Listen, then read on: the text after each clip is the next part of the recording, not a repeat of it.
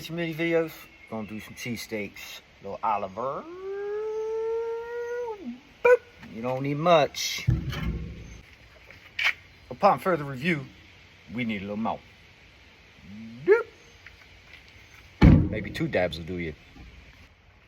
So, since I have this Blackstone grill, it has 2 burners, one on the right, one on the left. I keep the one on the right high. That's where I'm gonna do my onions first, and then I'm gonna do my cheesesteak on there. But I'll do the onions over here, and then I'll keep them on this side to keep them warm, so that I can add them to the steak once it's done. Just dump these on here. Look at the sizzle. Boom. Look at that. Don't need much more than that. Boop. Just move the onions around on the grill a little bit. You ain't really got to chop them up or anything. Just want to get them cooked. And then once you start smelling it, then you know it's ready. And you can move it over to this side where they'll just kind of simmer. And they'll still cook a little bit. So you kind of got to time it right. So here's the beautiful ribeye that I got from Acre Station, that spot I was talking about earlier in the video. And it looks really good, marbled really well. They temped it and sliced it for me, which was super cool. So what I'm doing today is I'm doing 2 cheesesteaks, both with provolone cheese. My wife's on her way home. She called and I was like, hey, you know, she took a test today. And I was like, all right, well, how about a cheesesteak? She was like, oh yeah. So, you know, happy wife, happy life.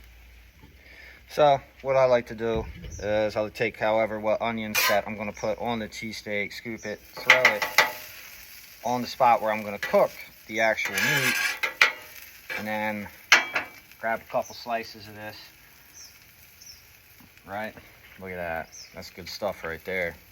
That's 1. I think that's 2 slices. I'm not sure how big these are going to be when I finally set them out to cook. So put these on. Right, I probably need a little more. Put a big steak on there. So, yeah, boom. There we go. Let that simmer for a second. Going to get my hoagie roll out. These are nothing fancy. These aren't like Amoroso rolls or anything. They're pretty good rolls. And I think Ducky's it. Might be Food Line specials. I mean, who knows? Alright, so we start chopping it up. Boom, boom, boom. I like chopping it. It's good. Kind of tear it a little bit.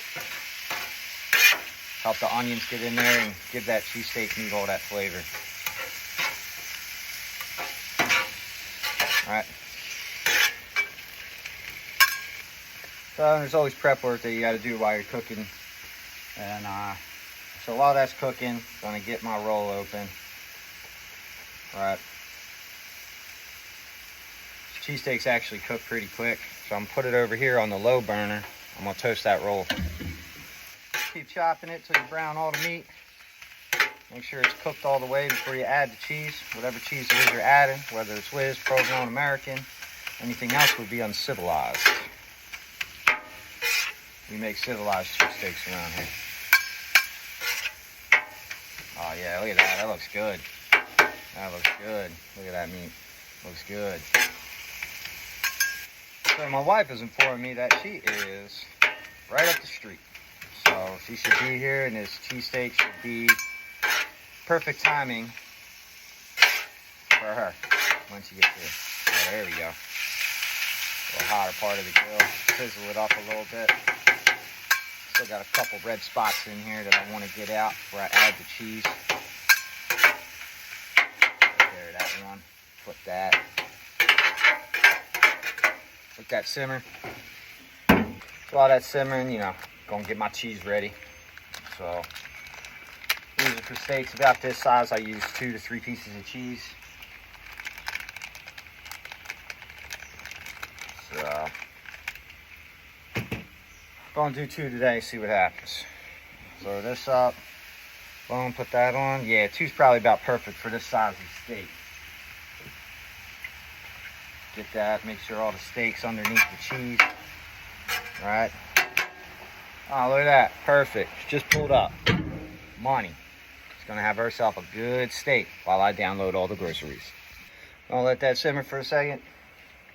I'm gonna let the cheese melt on the toasted roll, and then I'm gonna cut it in half and give it to my lovely wife. All right, cheese is melted, so we're gonna scoop under and try and get everything on there. All right, get all that extra meat on there. Ah, that's a lot of meat on that steak. That's a lot of meat on that steak, son. There's a lot of meat. There you go. Finished product, dripping, beautiful cheesesteak. Put her up. I like to cut them in half. Now I'm gonna give this to the wife. Well, she's a little flustered from the test she had today, so no taste test today.